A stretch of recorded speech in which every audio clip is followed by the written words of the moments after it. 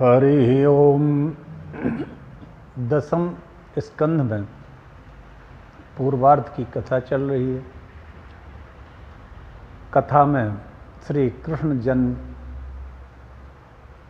भगवान श्री हरि के जन्म की कथा चल रही है। कथा प्रारंभ करने से पहले मंगलाचरण करते हैं। हरि ओम नमो भगवते वासुदेवाय रासमंडलेश्वराय श्री कृष्णाय नमः। नित्यं भागवतं यस्तु पुराणं पठते नरः प्रत्यक्षरं भवेत् तस्य कपिलादानजं फलं या पठेत प्रेत्यो नित्यं श्लोकं भागवतं सुत। अष्टादश पुराणानां फलमाप्नोति मानवः। ओम पूर्णमदः पूर्णमिदं पूर्णात् पूर्णमुदच्यते पूर्णस्य पूर्णमादाय पूर्णमेवावशिष्यते।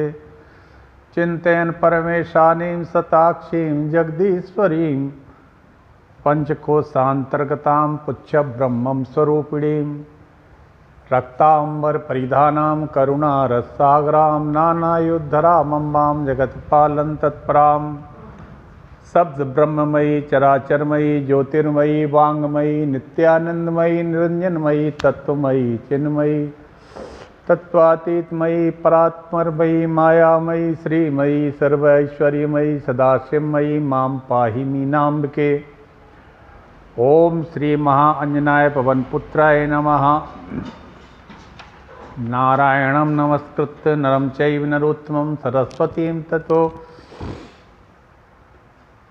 स देवी सरस्वतीं व्यासं ततो जयमुदीरयेत्। सीतानाथ समारंभां श्रीरामानन्दार्य मध्यमाम् अस्मदाचार्यपर्यन्तां वन्दे श्रीगुरुपरम्पराम्। जय जय श्री राधारमण, जय जय नवल किशोर, जय गोपी चित्त चोर, प्रभु जय जय माखन चोर। ओम सच्चिदानंद रूपाय विश्वोत्पत्त्यादि हेतवे तापत्रय विनाशाय श्री कृष्णाय वयं नमः। आज भगवान के जन्म की कथा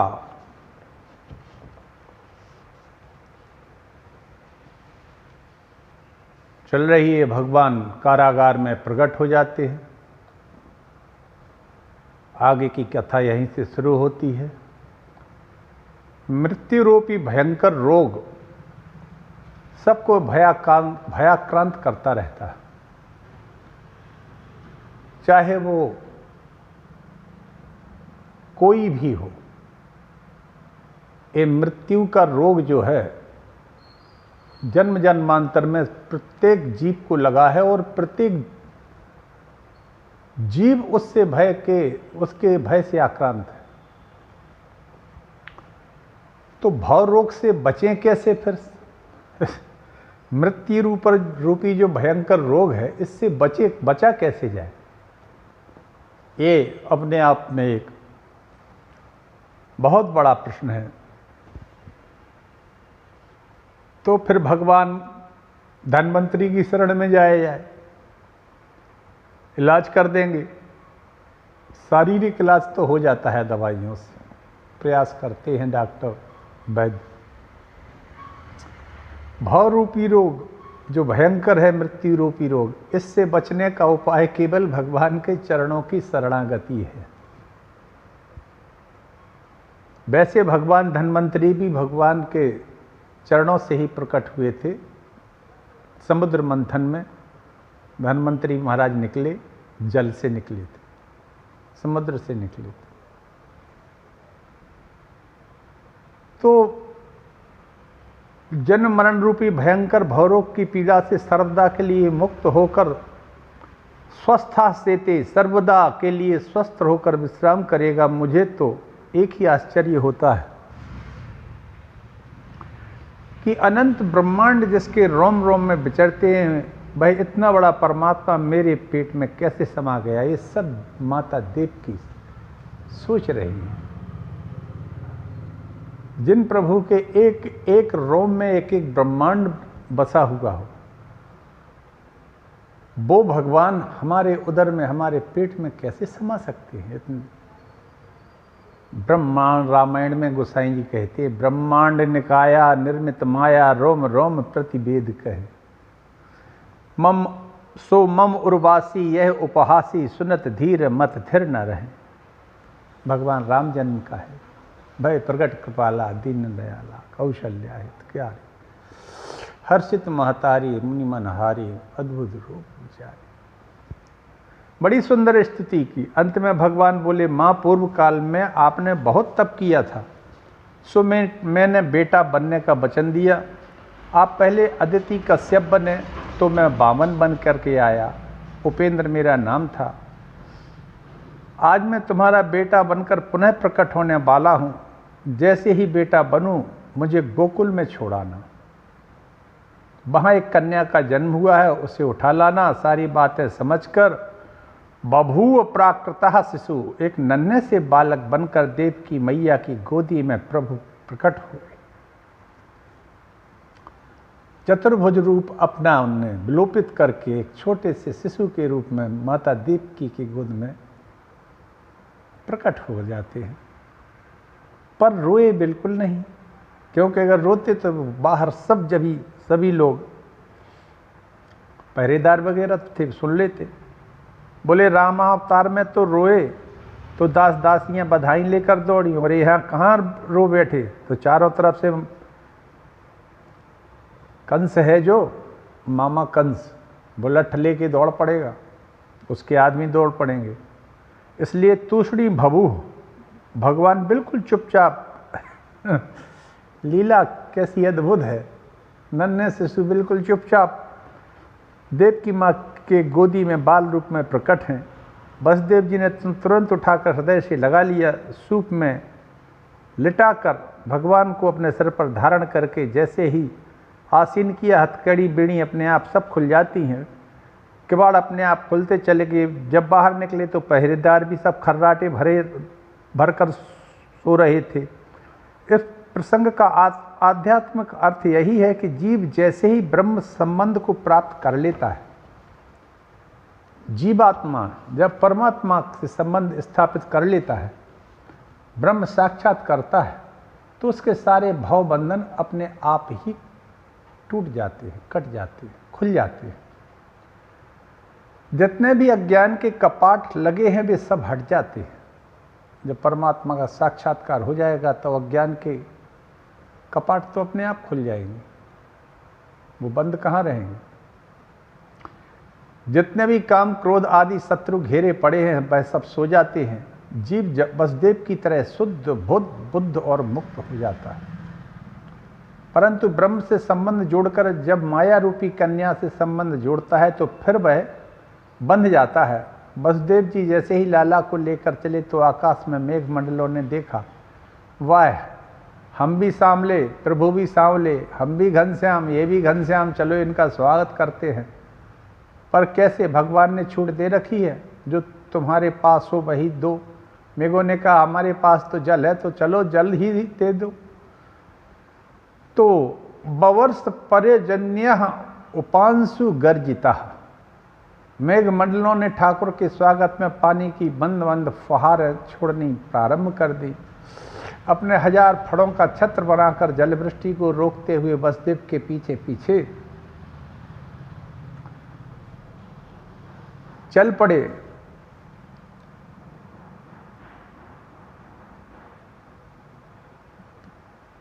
शेषो अनुगाद वारी निवारयन फड़ही, अपने 1000 फणों का छत्र बनाकर तान कर शेष भगवान रोकते हुए भगवान के पीछे पीछे चल पड़े। जैसे ही यमुना महारानी ने देखा कि मेरे प्राणधन प्रीतम पधार रहे हैं, तो बिना पाद प्रक्षालन किए नहीं जाने दूंगे। उमड़ घुमड़ कर यमुना जी का जल वसुदेव जी के कंठ तक आ गया। प्रभु जान गई कि देवी जी को चरण छूने की पड़ी और पिताजी भी डूबे जा रहे हैं। सो उन्होंने तुरंत अपना श्री चरण नीचे लटका दिया, और जैसे ही चरण का जल का स्पर्श हुआ, पाद प्रक्षालन करके यमुना वसुदेव जी के घुटनों के बराबर हो गई। इस प्रकार से यमुना पार करके वसुदेव जी नंद भवन पहुंच गए। वहां योग माया के प्रताप से सारे ब्रजवासी खर्राटे भरकर वहां भी सो रहे हैं। सारे ब्रजवासी खर्राटे भरकर सो रहे हैं। धीरे से प्रसूति का भवन में जाकर लाला को सुला दिया और लाली को उठा लिया। जैसे ही लपेट कर बंदी गृह में वापस आए कि कन्या गला फाड़ फाड़ कर रोने लगी। यही है ईश्वर की माया। ईश्वर की माया गला फाड़ फाड़ कर रोने लगी।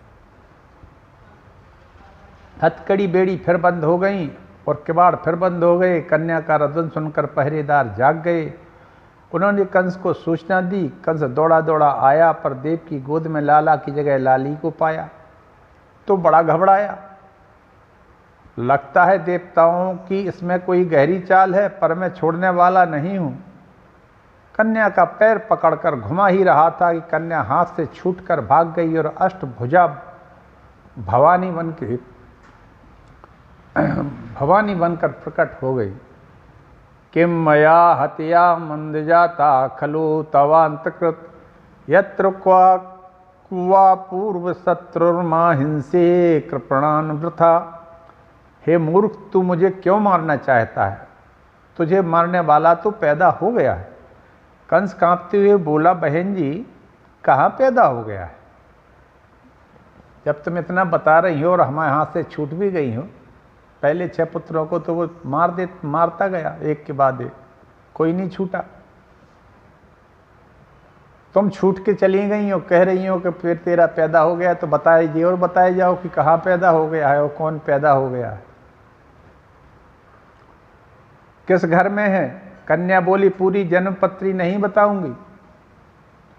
तेरा शत्रु तेरे ही आसपास है, अपने आप ढूंढ निकाल, तुम बड़ा राजा बना पड़ता है। यूं कहकर देवी अंतर्ध्यान हो गई। कंस बुरी तरह से घबरा गया। ये है मृत्यु का भय। इतने बलिष्ठ राजा, शारीरिक दृष्टि से भी बहुत बलिष्ठ था ये, और राजा तो था ही, फिर भी वो इतना घबरा गया। पूरी सैन्य बल भी उसके पास था। अपनी बहन देवकी के ही चरणों में गिर पड़ा। बोला, बहन जी, जीवन में पहली बार पता चला है कि आजकल देवता भी झूठ बोलना सीख गए। दैव मत्य नृतम भक्ति न मत्या एव केवलम। पहले आकाशवाणी हुई थी कि तेरा लाल ही मेरा काल होगा। अब ये देवी कहकर चली गई कि तेरा काल कहीं और पैदा हो गया है। इन दोनों में से कोई एक तो झूठा है कि नहीं? या तो ये झूठी है या फिर वो आकाशवाणी झूठ सी। हे भगवान, मैंने देवताओं के वचनों पर भरोसा करके तेरे बच्चों को व्यर्थ ही मार डाला। इन दोनों बहन मेरे अपराध को क्षमा करना। बार बार गिड़गिड़ा कर क्षमा मांगी। बेचारी देव की क्या कह पाती, क्षमा करके विदा किया। देव की वसुदेव को भी कंस ने मुक्त कर दिया। तुरंत राक्षसों के बुलाकर कहा, 1 महीने में जितने बच्चे पैदा हुए हैं सबको मार डालो। चारों ओर कंस के राक्षस फैल गए। सुखदेव जी कहते हैं, परीक्षित, विप्रागावश्च वेदाश्च तपा सत्यम दमः समः श्रद्धा दया तितिक्षा च कृतवश्य हरे तनुः।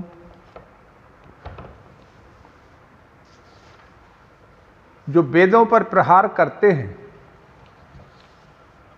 गायों पर अत्याचार करते हैं, तपस्वियों को सताते हैं, जो वेदों पर प्रहार करते हैं, गायों पर अत्याचार करते हैं, तपस्वियों को सताते हैं, सत्य का आचरण नहीं करते हैं, जिनके हृदय में श्रद्धा और दया है ही नहीं, समाप्त हो गई पूर्णतः। वह साक्षात नारायण के अपराधी हैं। वह अपनी मौत अपने हाथों ही पाप कर्मों से बोते हैं। कंस का अत्याचार चारों तरफ बढ़ गया। पर उधर नंद भवन में क्या हुआ? वहां नंद महोत्सव हो रहा है। कारण नंदस्त्वात्मज उत्पन्ने जाता ह्रादो महामनः आहूय विप्रान वेदज्ञान अस्नतः शुचिर्लंग कृतः। अब नंद भवन ब्रजमंडल की कथा आपको ब्रजभाषा में ही सुनाते हैं। पाराशर जी ने बहुत ही अच्छी व्याख्या की है, उनका जितना धन्यवाद कहूँ कम है। नंद बाबा 90 साल के, नंद बाबा 90 साल के डोकरा हुए, गए पर छोरा छपरो कोई ना भयो। एक दिन संत ब्राह्मणन की मंडली आई, नंद बाबा ने चकाचक खीर मालपुआ की पंगत करवाई।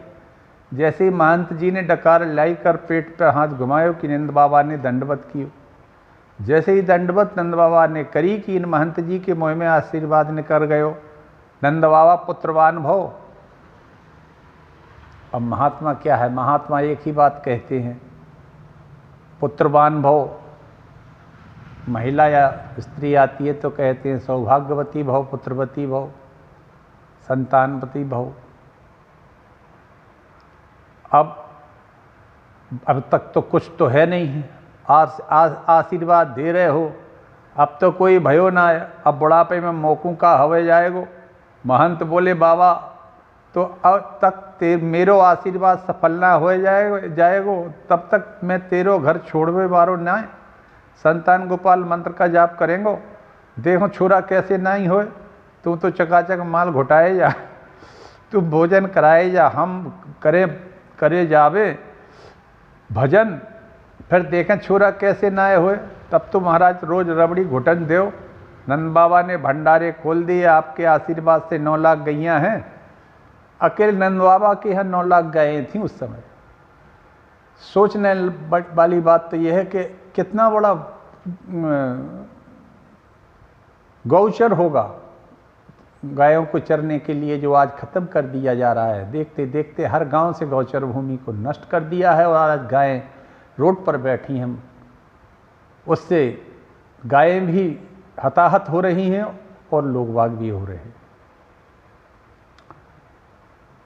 कुछ तो इतनी कथाएं सुनते सुनते हमारे देशवासियों और गांव में रहने वाले लोगों को कुछ तो सोचना चाहिए इन गायों के लिए, बेचारियों के लिए। वैसे भी अभी जो इसके ऊपर कहा है कि जो वेदों पर प्रहार करें, गायों पर अत्याचार करें, तपस्वियों को सताएं, सत्य का आचरण नहीं करते, जिनके हृदय में श्रद्धा और दया समाप्त हो गए, वह साक्षात नारायण के अपराधी। हमें तो ऐसे लगता है कि अब नारायण के अपराधी बहुसंख्यक होते जा रहे हैं, बहुत हो गए हैं। तो 9 लाख गायें थीं नंद बाबा के यहाँ, अकेले नंद बाबा के, तो वहाँ दूध दही रबड़ी की तो कोई कमी थी नहीं।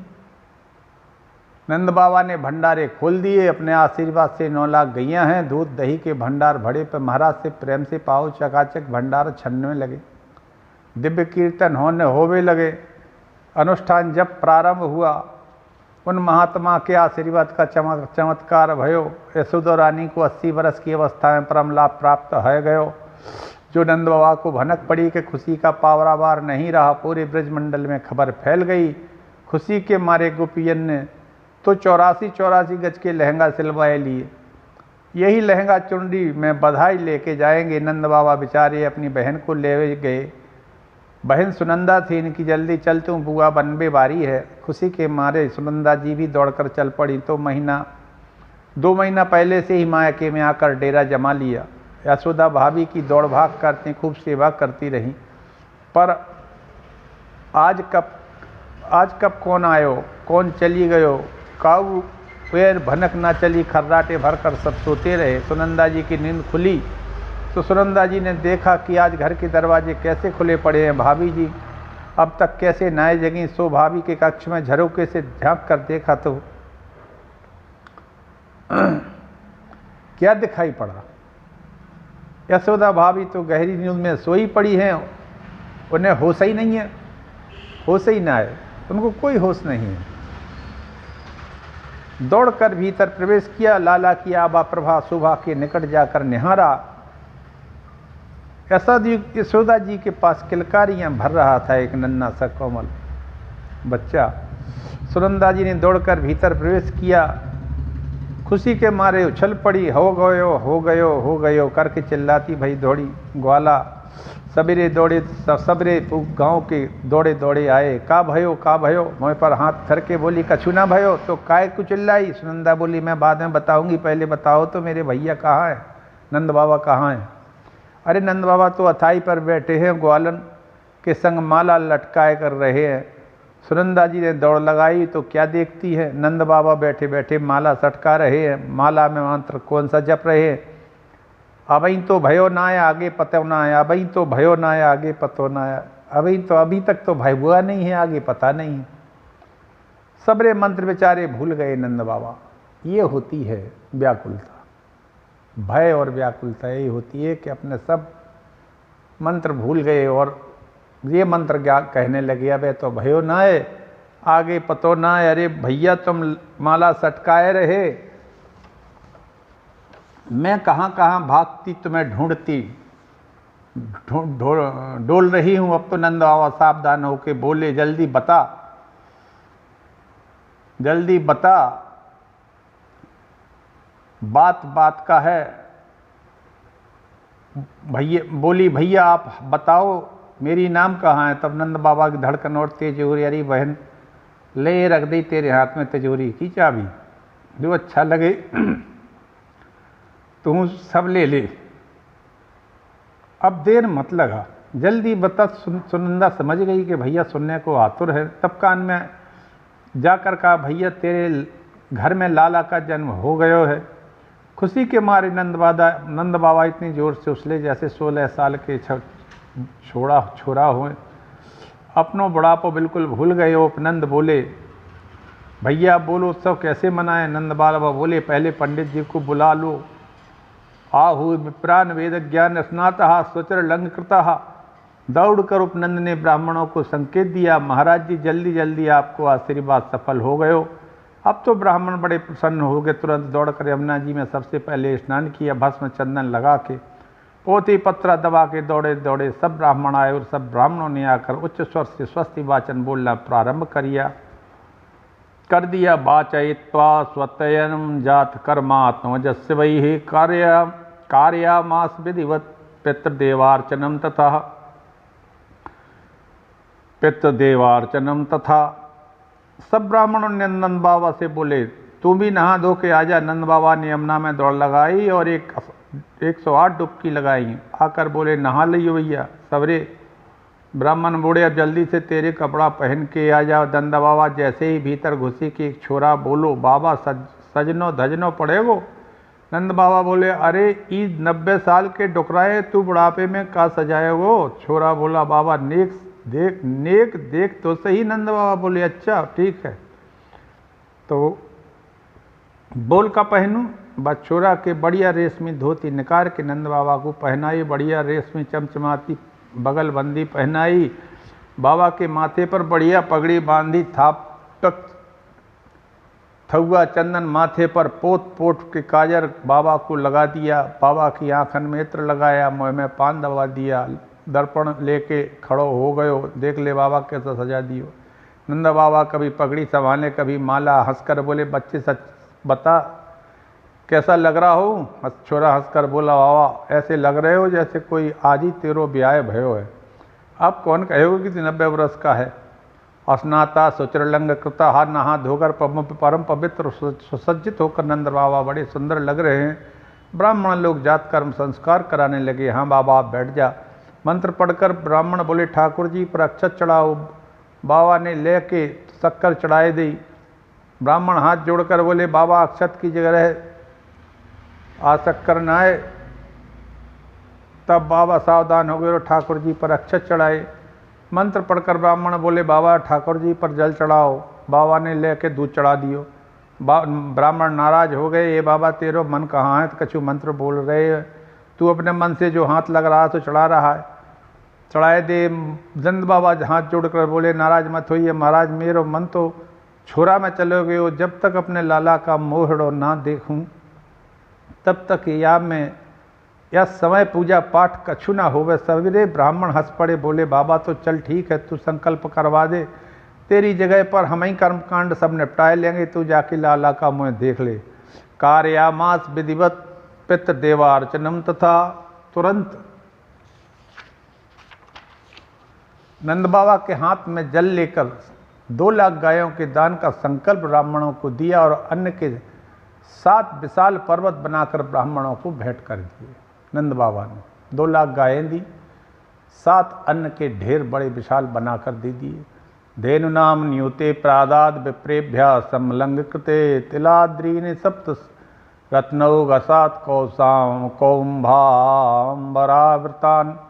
नाई ने पूरे ब्रज में दुहाई लगाई, कहा गोपी ग्वालन को खबर लगी कि सब सुंदरियां सुंदर श्रृंगार करके दौड़ती भागी यशोदा मैया को बधाई देने जा रही हैं। ग्वाला भी पगड़ी बांध मत कर खूब दही माखन मिश्री के मटका भर बधाई लेकर नंद बाबा को बधाई दे रहे। अरे बाबा नेक जल्दी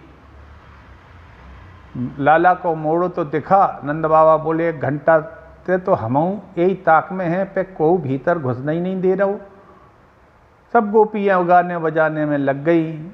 अब मैं घुसवे जाऊं, कोई कहती बाबा बाद में आइयो, अब जब मैंने ही मोड़ो ना देखो तो तुम्हें कैसे दिखाऊं।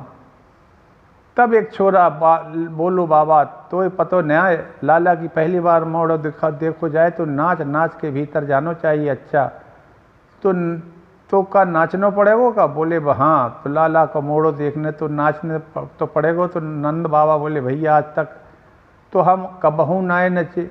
बोले बाबा तो मोड़ो देखवे के काजे तो आज नाच ले। कमर पे हाथ रख के ठुमका लगाते नंद बाबा ने चारों तरफ से घेर के ग्वालों को नाचने लगे और नंद बाबा को नचाने लगे। इतने में एक नंद बाबा को मित्र दही की भरो मटका ले आए और नाचते नंद बाबा को देखकर गद हो गयो। या को नज़र ना लगे जाए हमारी, सो वाह किन्ने लेके दही की मटकी सबरो नंद बाबा के सिर पर ढोल दिया। नीचे से ऊपर दही में सराबोर हो गए। नंद बाबा मोहड़ों पहुँच के अपना मोहड़ों पहुँच के मुँह पूछकर च्योरेदारी के करों धरों, इतनी मेहनत का श्रृंगार तूने दही में सब बराबर कर दिया। सबरे ताली बजा के हंस बोले बाबा दही में नहा। कई छोरा को पहली बार मोड़ो देखा जाए, अरे अब तो तूने बड़ी कृपा करी भैया। नंद जो ग्वालन आ पकड़े कहीं लोगन, नाचन को बेबसाए गोद भरे करी फेंट चले। तब नंद बाबा सबके मन भाए, नाचत देख के नंद बाबा सब नाचत नाच उमंगन छाए। काहू ने ला दधि नंद के ऊपर डार दियो सब लोग हंसाए। ऐसा नंद बाबा के यहाँ उत्सव हो रहा है।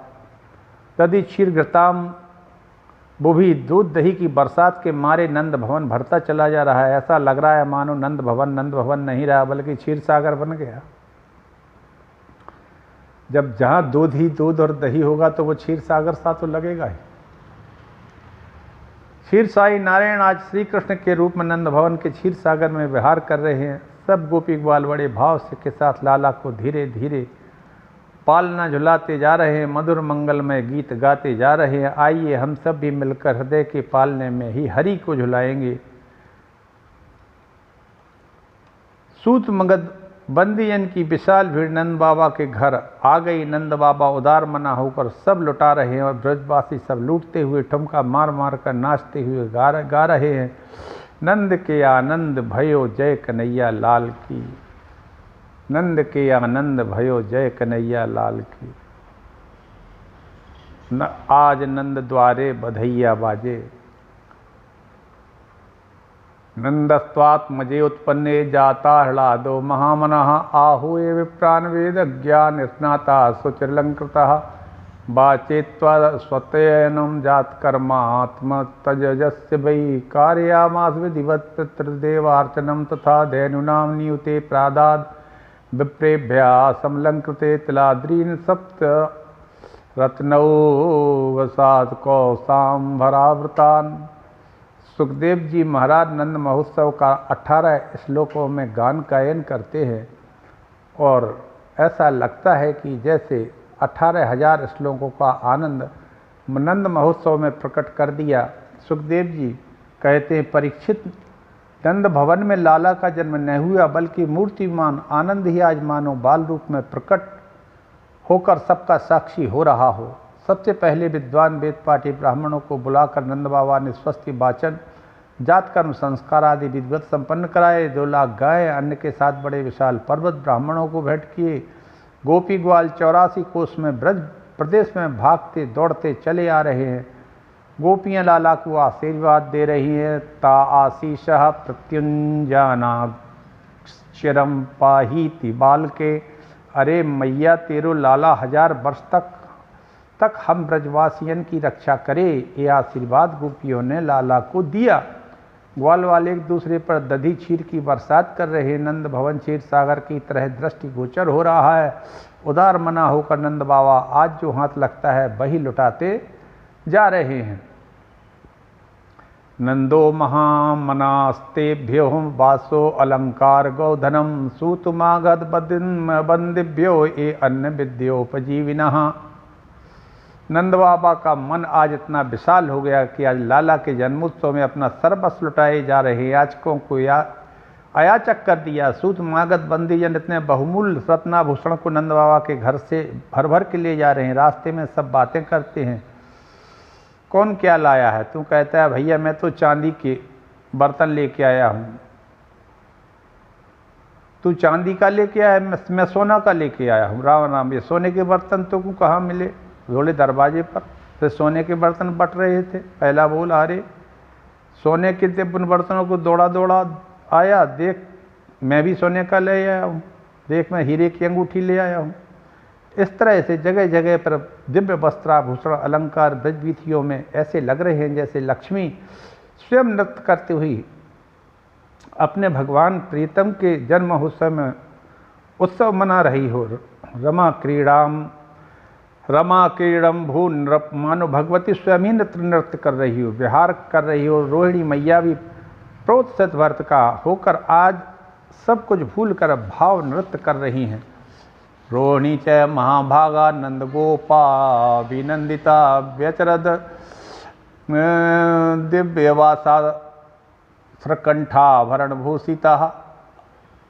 आज नंद बाबा के आंगन में मानो चारों वेद, चारों ओर से आनंद की बाढ़ आ गई। पर अचानक नंद बाबा को स्मरण आया कि भैया हम तो प्रतिवर्ष कंस को कर दिया करते हैं, कर देने की तारीख तो निकल गई, समय पर कंस को कर नहीं पहुंचा तो ना जाने उपद्रव खड़ा कर दे। इसलिए तुरंत कुछ ग्वाल वालों को गोकुल की रक्षा का भार सौंप कर नंद बाबा मथुरा चल पड़े।